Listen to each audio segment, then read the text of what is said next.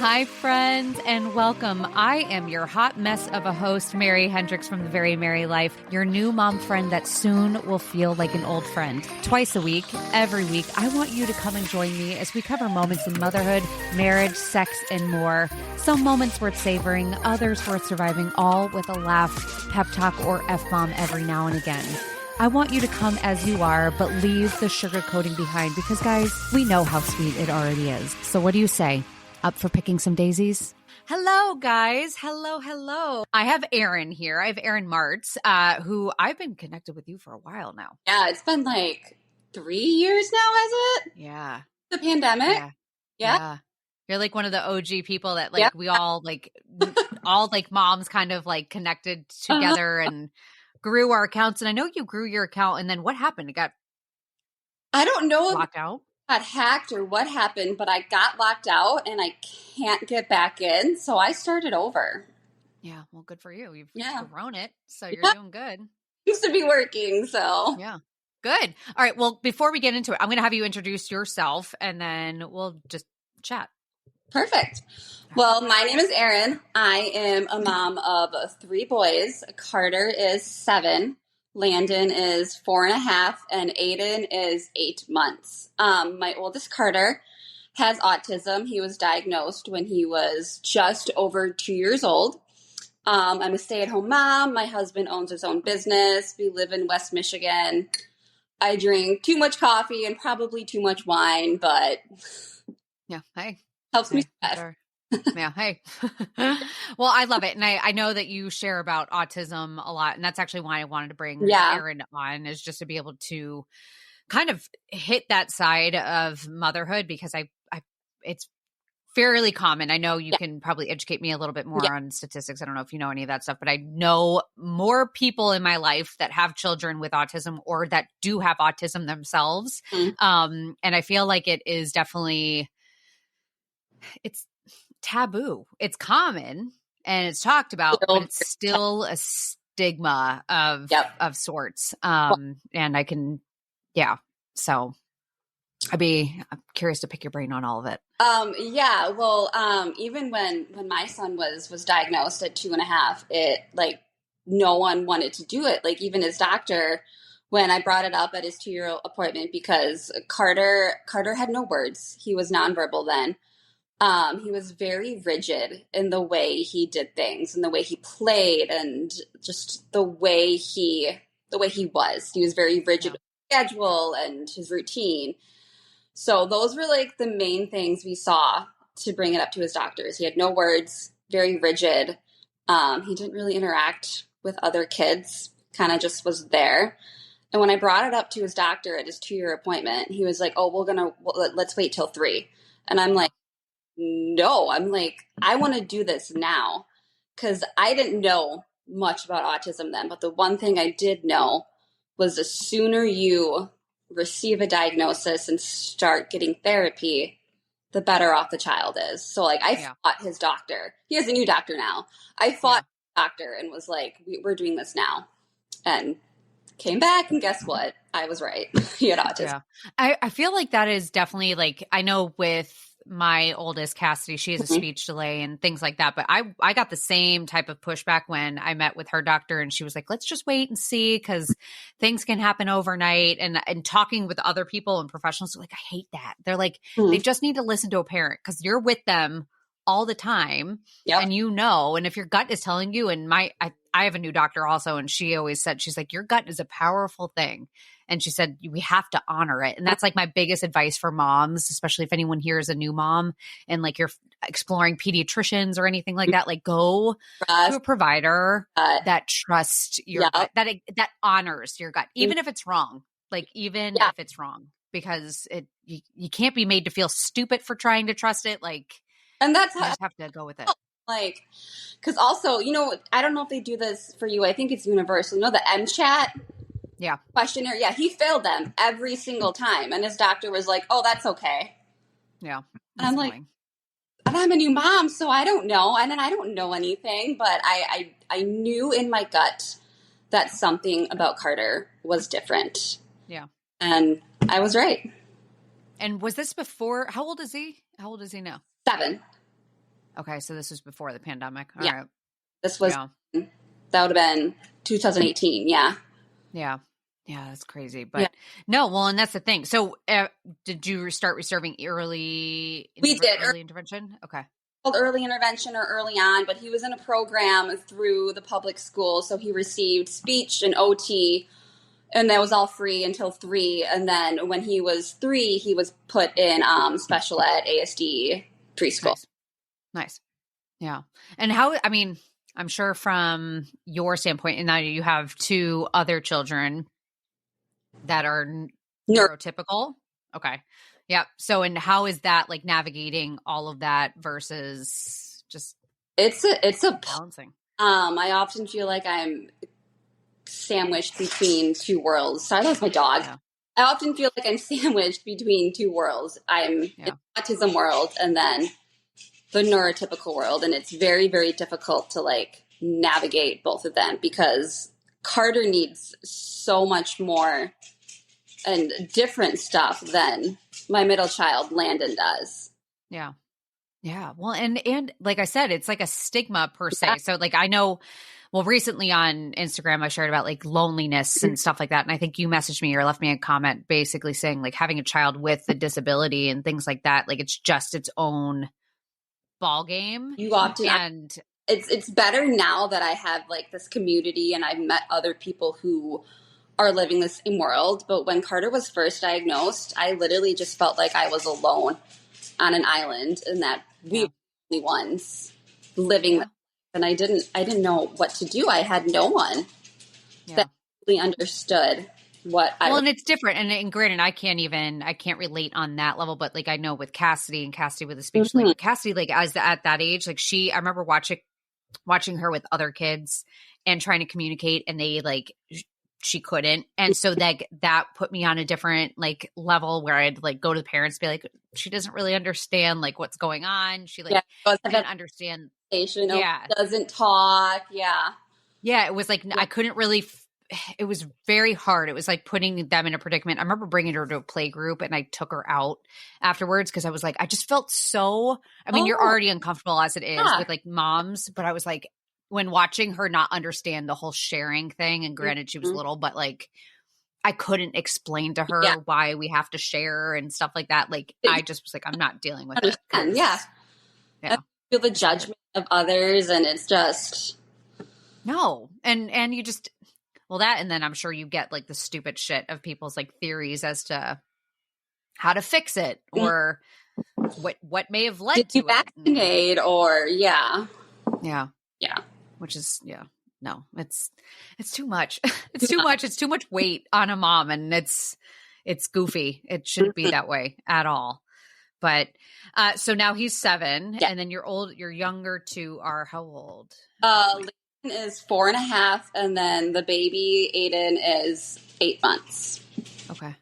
All right. And then how's that going? How's 3? How's life with 3? A lot of work. I thought like having one more, I wouldn't feel the extra chaos, but I definitely do because I feel like when I just had the 2, they were already on such a good like schedule and routine, and I like could predict what they wanted.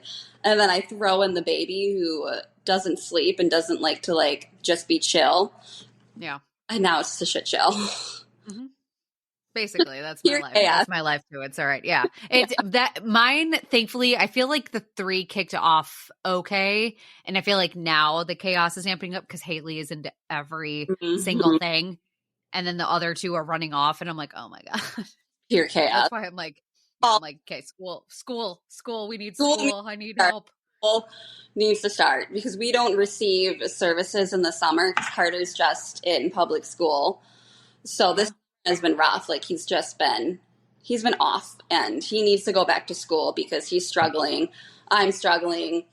Landon can obviously sense we're struggling. It's just awful. No, it's not fun. It's not fun. And that's the biggest thing. I actually that's the reel I'm going to post up today. It was, I did one for like the first of the month. Cause are you guys starting school this month? Yes. Thank God. 3 weeks. Yeah. See, but that sentiment right there of like saying thank God and things like that lately, and I shared it on Instagram yesterday, it drives me bonkers, is people have been seeing reel after reel I don't, it's more from homeschool parents, and I have Yeah. nothing against homeschool. I really don't. I commend homeschoolers. Like I considered it for a I short time. it would I not. just can't. It wouldn't. Yeah, I can't. Wouldn't work. No, but I saw one in particular that was like for moms that are like wishing for their kids to go back to school or saying, I need my kids out of the house or I can't wait for school, like basically blasting them and saying like, that's wrong. And I was like, What? are you kidding? Like, why? And Why? I said, especially like in a circumstance like yours, like that's the thing is like, people don't think about that. I do not have it in me to homeschool any of my children, let alone my autistic child. Cause I'm just a mom. I am not therapist. I'm not an OT. I'm not an ABA behavioral specialist. I'm just a mom. Yeah. And he does not do well with like learning at home. Yeah. Because home is home and school is school. Yeah.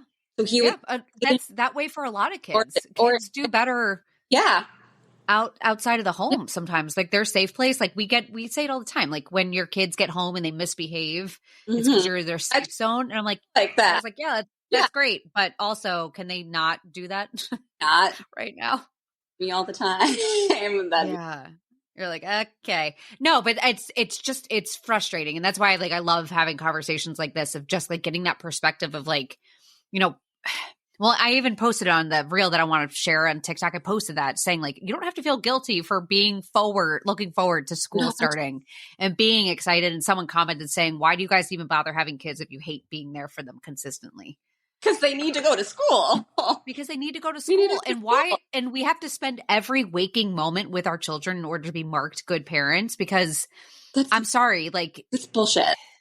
Yeah. It drives me nuts. We can get on. That's a whole different tangent at this point, but a whole nother podcast. Yeah, a whole other podcast, which if you guys are listening, by the time that this comes out, school has already been in season. So I hope you guys are all doing well. Same.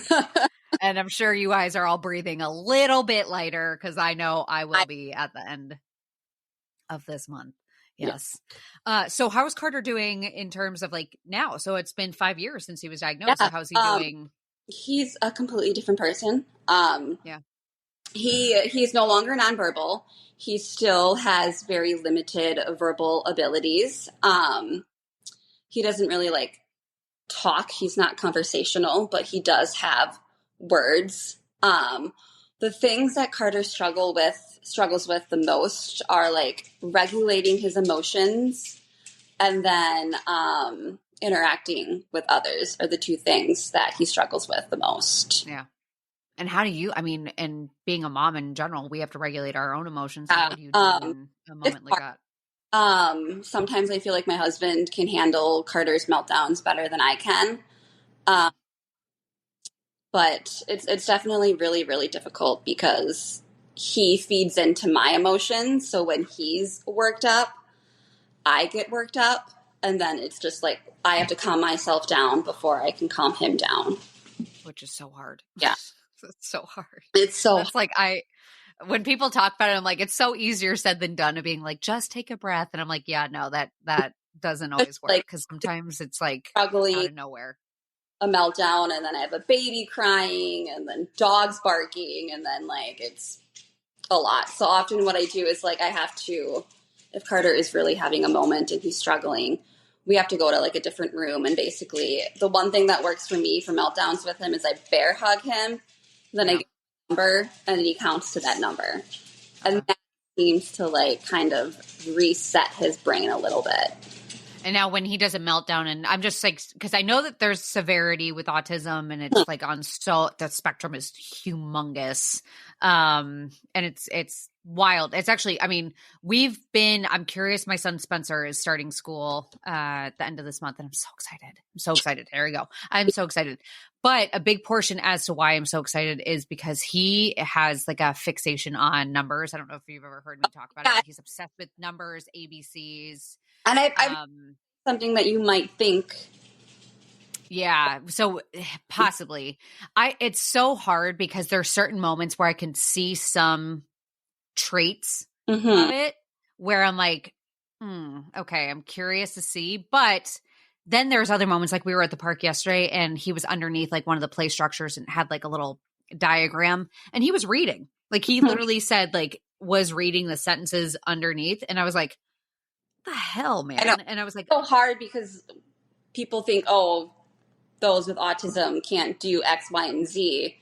Then yeah. you like think that and you're like, but wait, what? So it's so hard when. Well, because there's so many variations, but also on the like on the other side is like he's so into ABCs and numbers and can read and things like that. And some people are like, that's amazing. And I'm like, yeah, it is. He's not even 4. I was like, yeah, it is. But it's also concerning. Like it's also concerning because like, for example, I took his ABCs. We have like all these ABC toys. I took it away from him this morning because when he gets them, he gets so fixated on them that he can't like break away, and he gets angry if he does, or if he loses one. Cause you any more stress, but Carter's like that too with toys in general. He's very rigid with every single piece. He's better now, but he would have to have every single piece of the toy. So if we had an ABC, like we had like a magnet thing for a while, he would have every single piece and have to have them in order. And if we would lose one. We'll be back after a quick break. Eye-Opening Moments podcasts are real-life stories of adversity, encounters, and perspectives. They are moments that can lift your spirits, give you some food for thought, or move you. For the introspective mind that likes to reflect, discover, and find solutions or meaning in a complex life, listen to Eye-Opening Moments podcasts. Forget it. That's my life. That's why I took him away.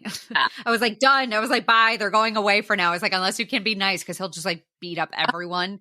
And I was like, we're not doing this. But yeah, so we have that. And like, there's some social moments that he's not like, but it's not bad social moments. Like you said, like Carter is a little more antisocial, things like that. Like Spencer is overly social. Okay. Like he is the type where like the neighbor across the street not across the street, like down the street and to the left, we don't really know them, but she was outside getting her mail. I was walking with the kids and I said hello, and Spencer just like walked over to her and gave her a hug. And I was like, it's sweet, but maybe also one. Yeah, we've never met her before. So it was just like kind of out of nowhere.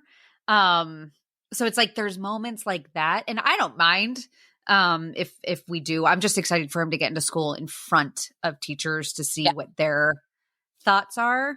Because finally our preschool teacher brought it up to us at his previous school. She brought it up, and she's like, I didn't want to say anything.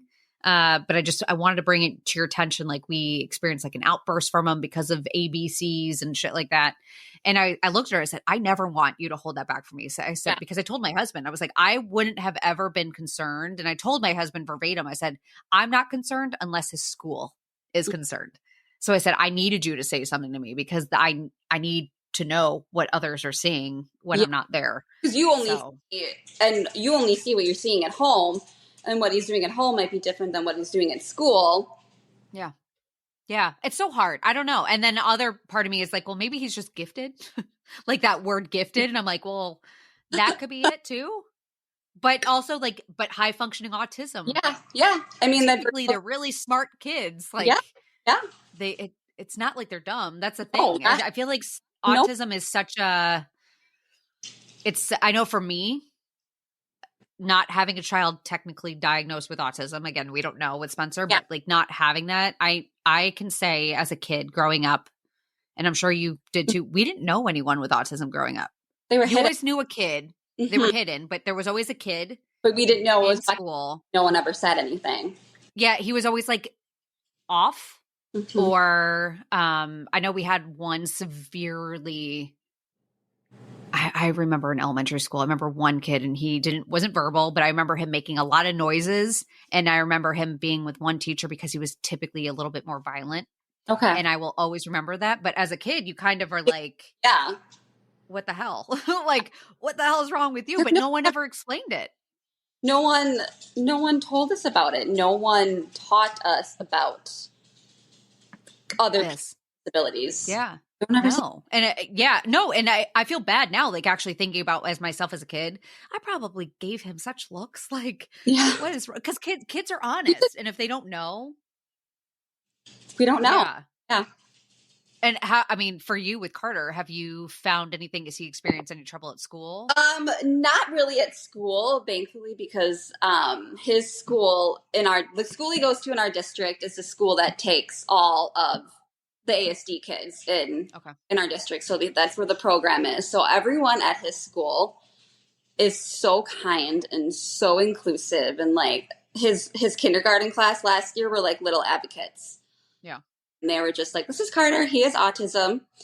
He might do differently. Like they just like stood up for him and they were there for him. So thankfully the kids at his school are really great, but I feel like sometimes other kids aren't.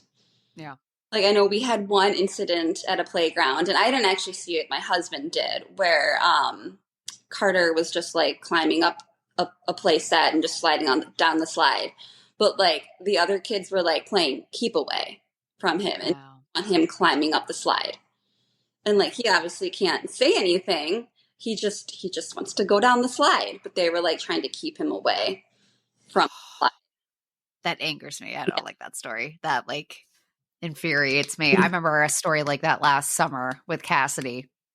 And not something like that, but it was like Kevin called me, brought him to like our HOA pool, which is like right around the corner. And I stay home with Haley because she's napping. Yeah. And Kev called me and he was like, these two kids at the pool are being so mean to Haley and like telling her to go away. And I was like, that's it. And I was like, postpartum. I was like, done. I was about to get in the car and he called me. He was like, do not come. I was like, these fucking kids are dead meat. And he was like, Mary, they're like 6. And I was like, I don't care. I was like, I don't care. I was like, where are the parents? No, that's it though. Like you can tell the parents that teach their kids about those who have disabilities or who are different from the kids that don't have parents that teach them about others with disabilities. You can see it. Well, yeah. And it's not like, I try to like keep my eyes open because kids will notice things and kids will just say things like they ask questions. That's totally normal. They don't know. And that's the thing is like, I think parents get so afraid of kids asking questions where I almost want, like we have Carter who has, invisible disability. That's probably a hard thing with autism. It's invisible. He doesn't look autistic. No, there's not a look to autism. Like there isn't anything. Although sometimes there is. I have a sister-in-law that's autistic. Being exposed to autism and knowing more about it, I can tell when someone may have autism just because I'm more educated. It's a body, the way they carry their body. And, the way they carry their body, the way. But it's not like their abnormality. Yeah. So it's hard with like an invisible disability and things like that. But like with a visible disability, I don't know if my kids have ever seen. I'm sure they have. I don't know if they've ever pointed it out, but I'm sure there will be a day that they say something. And I just hope that when that day comes, like I don't want to get uncomfortable in it. Like I want that to spark conversation. It just, I think people kind of brush it because we don't want to make anyone else feel bad or anything like that. But I think it needs to be a conversation. Take that moment to educate them because they are going to meet people with both visible and invisible disabilities their whole entire life. Yeah. Like they exist. These people are in our society, and neurotypical people need to know how to interact with atypical people just as much as the other way around. It's just kindness. Just be freaking kind. Yeah. Be kind. Yeah, that's literally it. No. But I mean, for you, what would you prefer a parent do in that situation? Like if you were witnessing that. Like at the situation at the playground, maybe I would, if I were the other parent, maybe be like, just tell the kids to play with the other kid or let the kid play. They want to, because the parent may not have known either. Yeah. But that still would been the kids like keeping away another kid. I don't know. That's a really, really weird position to be in, but basically just so hard. tell your kids to include those who appear to be different. And there's a lot of literature. There's a lot of like kids books and children's books and even like kids shows that have portray people with autism or characters with autism in it.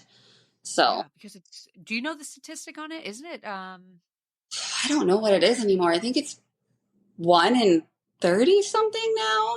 It might be that. I don't know what the statistic. I know it's on the rise. I know it's on the rise, which it's not getting worse. It's just because we're identifying it more. Just more diagnosed, which is great, because then these kids who are struggling and suffering aren't struggling and suffering anymore because they're getting the help they need. Yeah. And then from a mom aspect, because I'm sure that this is something that you went through, did you deal with any guilt or shame, any of those big feelings that I'm get hit with? Even though like I said before, like I knew something was different, but it's still like when you hear the words your child has autism, it's just like a punch to the stomach. Yeah. Like you can take everything you thought you would expect and know about motherhood and just throw it out the window. Yeah. Well, and you got to like, I know for me, so like with Spencer, if his doctor mentioned it and he was like, well, he could be high functioning autistic. And when she said that, I was like, I don't care. I think the only fear that I have, if that ends up coming again, his teachers, he can get to school and his teacher would be like, no, we don't notice shit. Yeah. But my fear with it is I just get so afraid of the label. And it's because of the stigma. It's not because of anything else. I just get so afraid that like, I talked about this with a friend of mine who is her boyfriend of many, many, many years. He has autism. Mm-hmm. And I would never know it. Like talking to him, I've hung out with him. He is very high functioning autistic. He's very, very successful. He's a great guy. And I was talking to her about it, and she has said, he struggles because he had that label follow him around his entire life, where he just went through school as being like, he was kind of separated as being someone that autism and had special circumstances and stuff like that. And he was like, it just followed him. And I was like, that scares me, but I'm also having hope that hopefully this is like a more normalized thing where it's like, because I always like to tell people who have that same fear, which is very valid, that the label will only help him. The label will only help your child. And if people see it as a label, those aren't the type of people you need in your life. I love that. Yeah, that's what I need. It is. I mean, it is. It literally, it is exactly what I needed to hear, because I think that is, it's hard. It's hard as a parent. I think that's literally what it is. It's like I think we think of everything, especially like when Cassidy had the speech delay. It snowballs. It snowballs into being hurt. She has a delay, and now this is going to impact this, and now it's going to impact that. Now she's going to go to school and she's going to get bullied, and then she's going to become this type of person because she got bullied, and it just goes on and on and on and on and on. And then you forget, like, no, like it doesn't have to be like that. Yeah. I always like to say that Carter is exactly who he needs to be. He is Carter. He just has autism. Autism is part of him, just like brown hair, or you have blonde hair. It's just a part of him. Yeah. It's just a trait. Just not this. And it is just a label. If you think about that, it didn't change anything about him. It's not like all of a sudden he was labeled diagnosed autism, and all of a sudden poof, he changed into some kid. He was going to be the same no matter what. Yeah, that's good. I have to remind myself of that. Okay, good. I'm going to be contacting you. Depending on what ends up happening, but.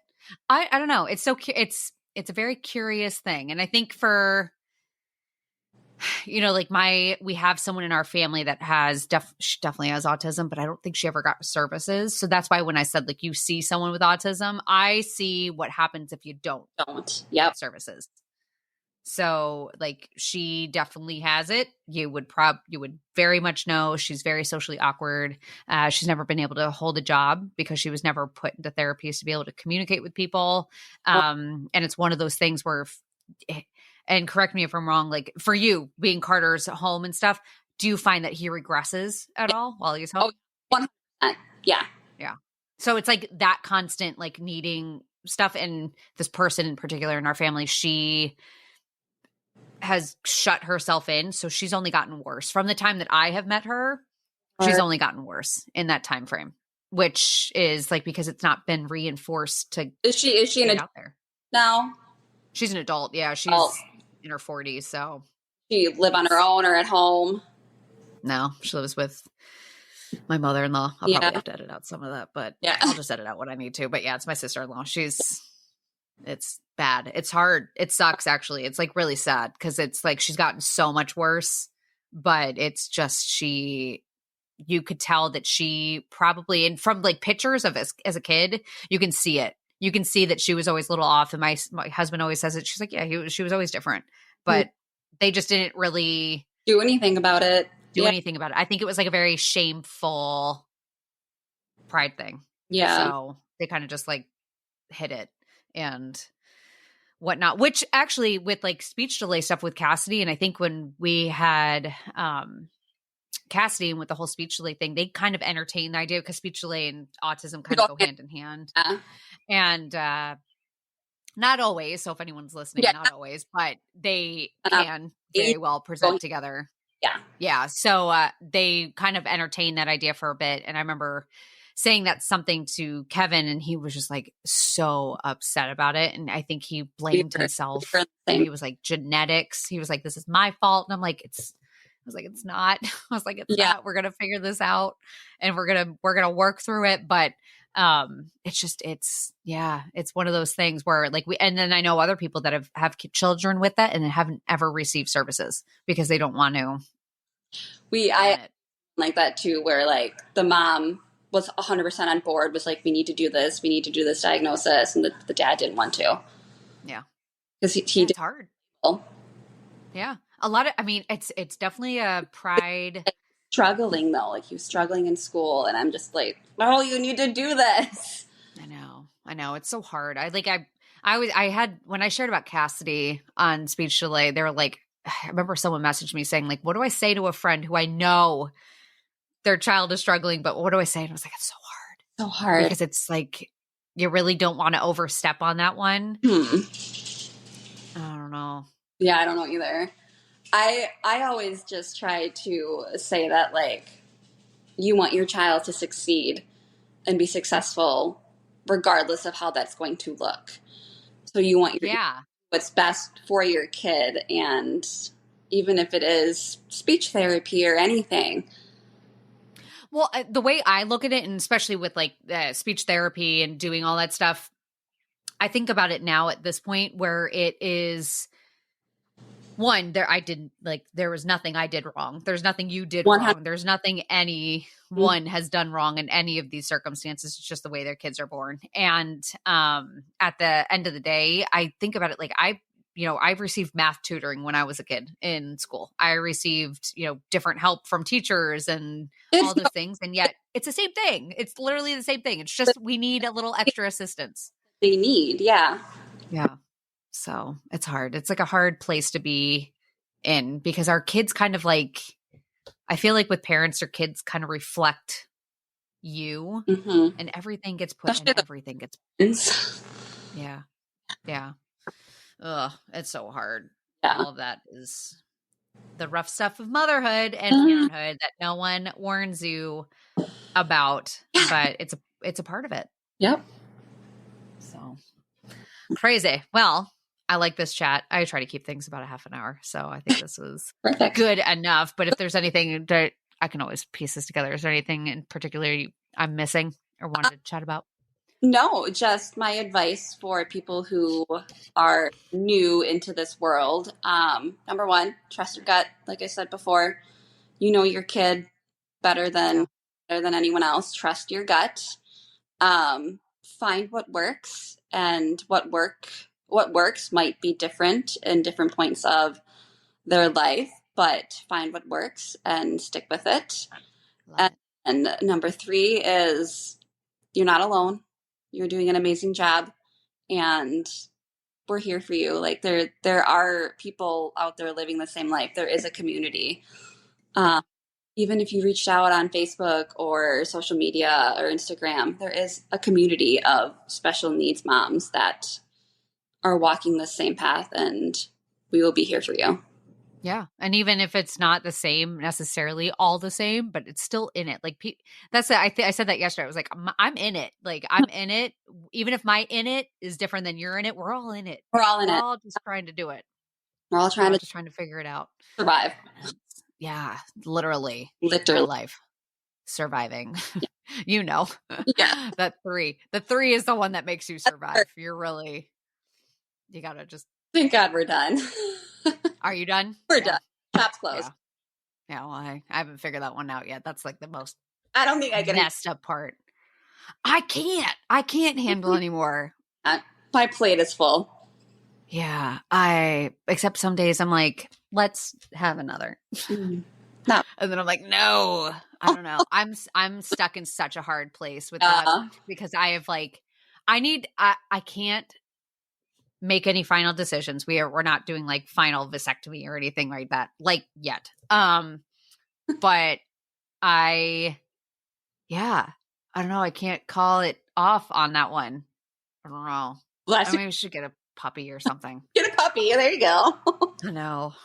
People too, they're like, if you aren't done, then that means that, or if you're not sure, then that means that you're not done. I'm like, no, can't I just stay at not sure? A little bit. Yeah, I'm just going to sit here until I get to a point where I'm like, yeah, no, we're good. I need like time to pass and be like, yeah, I'm too old for this shit. So we'll see what happens, but stay tuned. Yeah. Awesome. Well, I'm going to link Erin's information in the show notes and everything. That way, if anyone here does have, a child with autism or on the spectrum, anything at all, and you just want someone else in your corner, Erin would be totally worth checking out and hanging out with. Because again, I've known you socially on social media for 3 years now. So she is worth checking out. Thanks. Another episode down. Thank you all so much for listening. If you loved today's episode, I would be so appreciative if you would leave a rating and review. I cannot begin to tell you how much those mean to me, but also how much they help me get in front of more eyes and more ears. As always, be sure to check back every Tuesday and Friday for a new episode, whether it's an episode with me and my husband, me and Katie, or just another incredible, amazing guest. Stay tuned for more honest, real, raw chit-chat. And hey, do me a favor before you go.